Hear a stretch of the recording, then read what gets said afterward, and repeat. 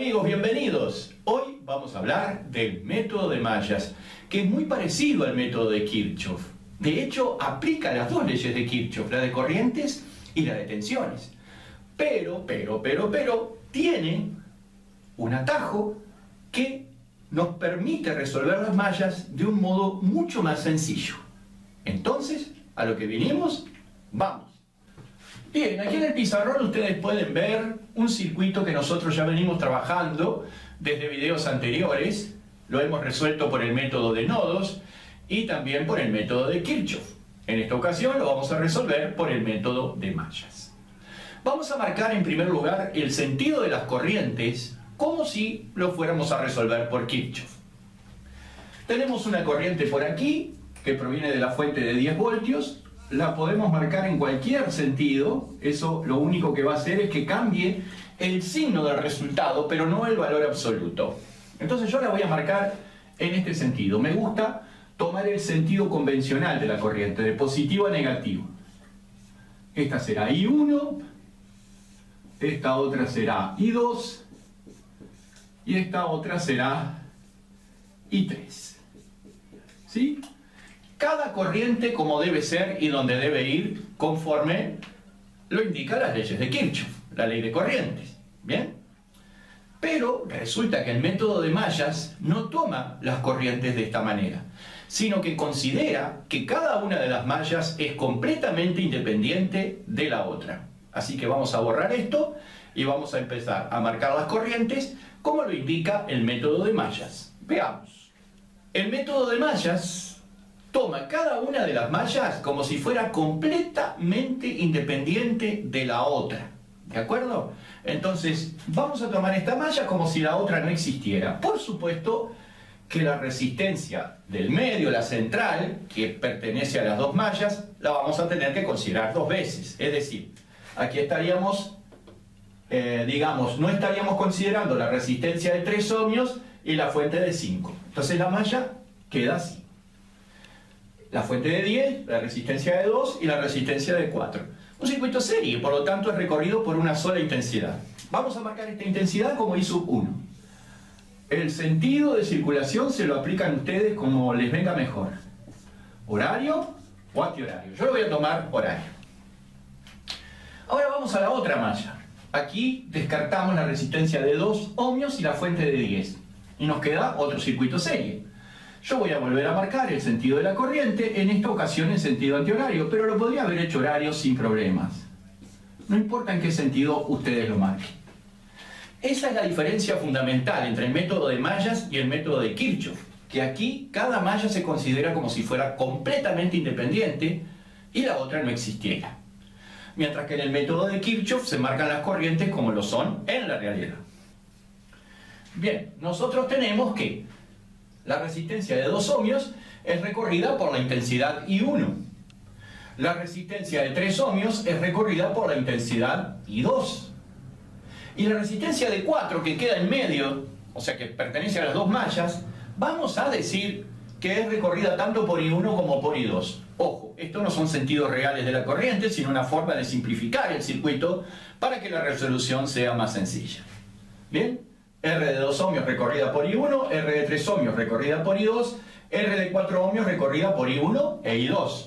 Entonces, vamos a decir que la corriente que pasa por acá, por la resistencia de 4 ohm, es la suma de I1 más I2. ¿Y por qué es la suma? Porque yo marqué las corrientes I1 e I2 de manera que por la rama central pasaran las dos en el mismo sentido, digamos, de arriba hacia abajo. Si pasaran en diferente sentido, una hacia abajo y otra hacia arriba, entonces en lugar de sumarse, se restarían, ¿sí? O sea que el hecho de que se sumen o se resten I1 e I2 va a depender de que circulen en el mismo sentido o en sentidos diferentes. Entonces vamos a establecer que esta corriente de aquí, que nosotros le llamaríamos I sub 3, es la suma de I1 más I2. Fíjense que estamos aplicando la ley de Kirchhoff de intensidades. O sea que no dejamos de aplicar la ley de Kirchhoff, pero sí hacemos un atajo para poder resolver el circuito más directo y más fácil. Ya vamos a llegar a ver la diferencia. En principio, se toman las dos mallas como si fueran independientes, cosa que en el método de Kirchhoff no lo hacíamos. Ahí tienen una diferencia.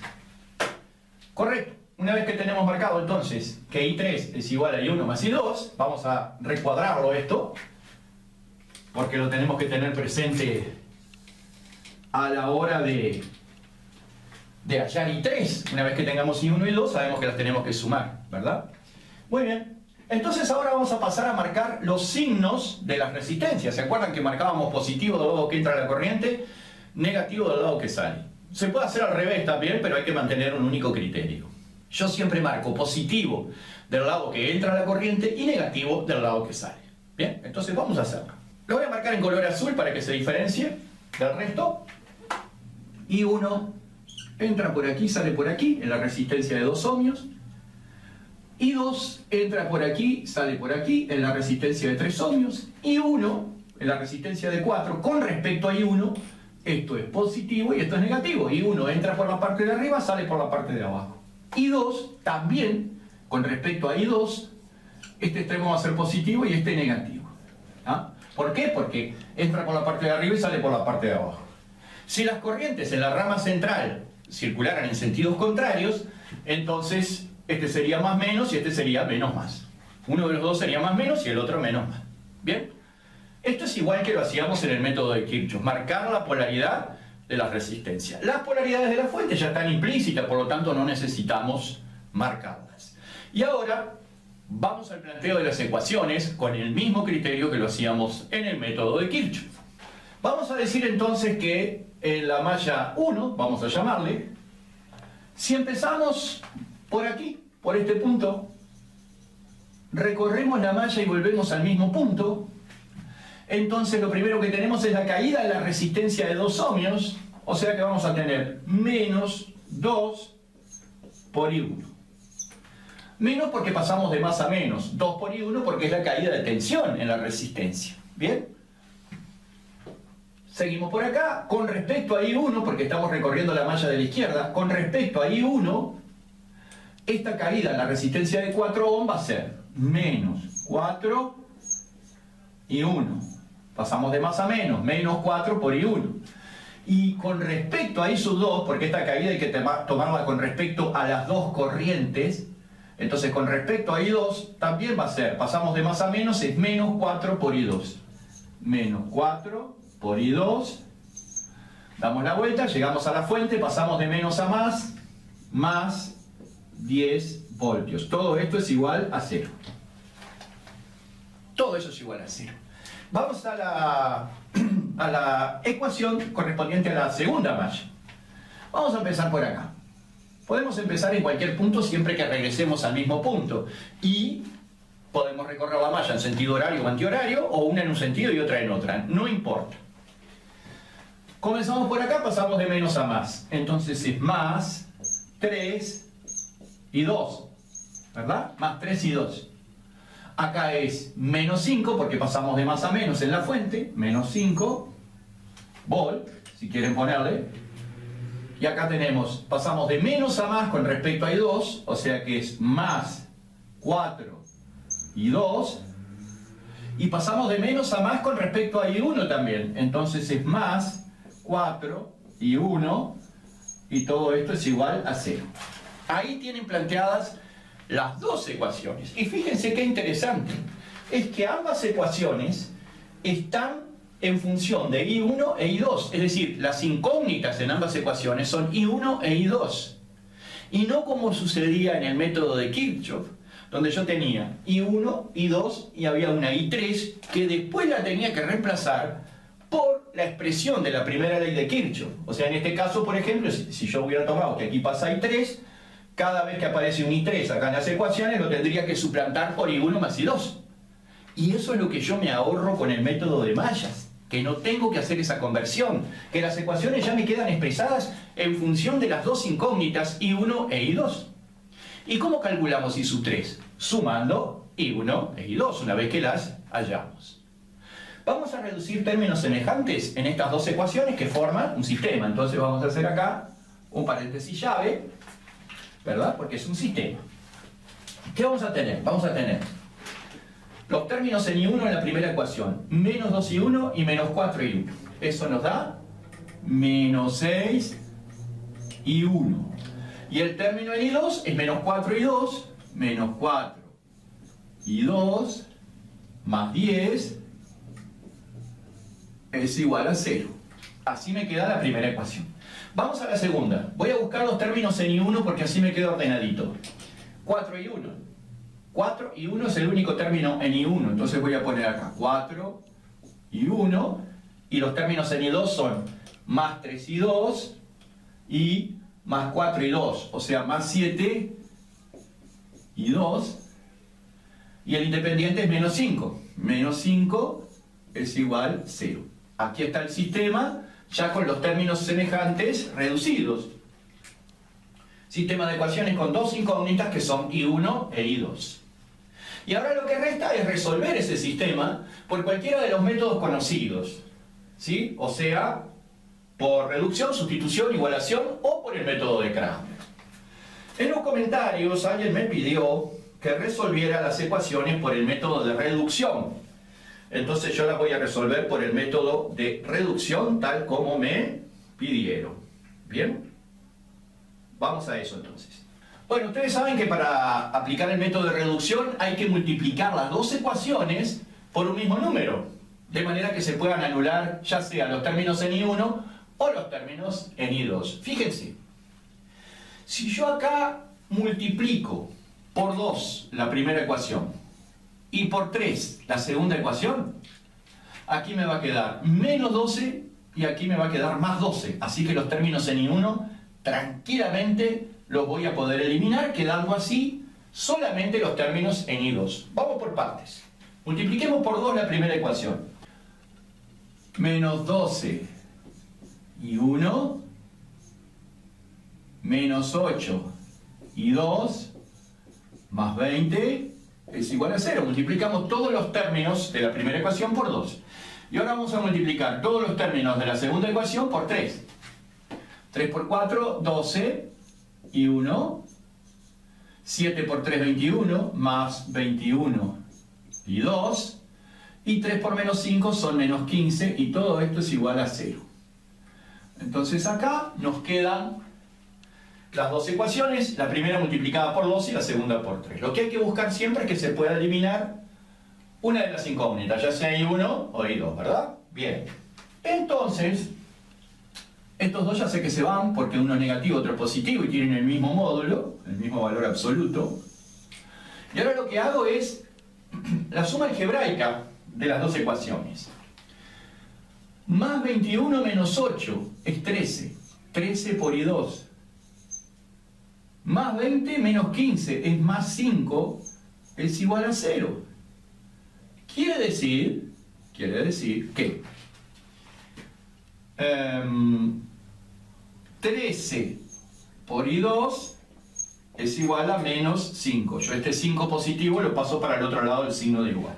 ¿De dónde vamos a despejar que I2 es igual a menos 5 sobre 13, ¿verdad? El que está multiplicando pasa dividiendo. Bien, este cociente me da menos 0.38 amperes. Ese es el resultado de la corriente I sub 2. No se preocupen porque dé negativo. Lo que importa es el valor absoluto. Si da negativo, lo que significa que la corriente I2 en realidad tendría que ir en sentido contrario, pero no importa, porque a nosotros lo que nos interesa es el valor absoluto. Menos 0,38. Vamos a arreglar un poquito este 8 porque parece cualquier cosa. Ahí quedó mejor. Menos 0,38. ¿Bien? Ahora vamos a aplicar el mismo método de reducción, pero para anular las incógnitas I2. Siempre tomamos las dos ecuaciones iniciales, ¿verdad? Estas dos. Entonces, ¿por cuánto habrá que multiplicar? Y acá está más o menos cantado de que arriba hay que multiplicar por 7 y aquí abajo hay que multiplicar por 4. Entonces me va a quedar menos 28 más 28 y las voy a poder anular. Vamos a ver cómo nos quedan las dos ecuaciones. La primera ecuación multiplicada por 7. 7 por menos 6 son menos 42 y 1. 7 por menos 4 y 2 son menos 28 y 2. Más 7 por 10, 70, 16 y 1. 7 por 4, 28, más 28 y 2. Fíjense cómo nos quedan con el mismo valor absoluto y distinto signo. Menos 5 por 4 son menos 20 y esto es igual a 0. Así que estos dos se van y vamos a hacer la suma algebraica de las dos ecuaciones. Entonces acá tenemos menos 42 más 16 son menos 26 y 1. Estos dos se fueron. Y más 70 menos 20 son más 50, es igual a 0.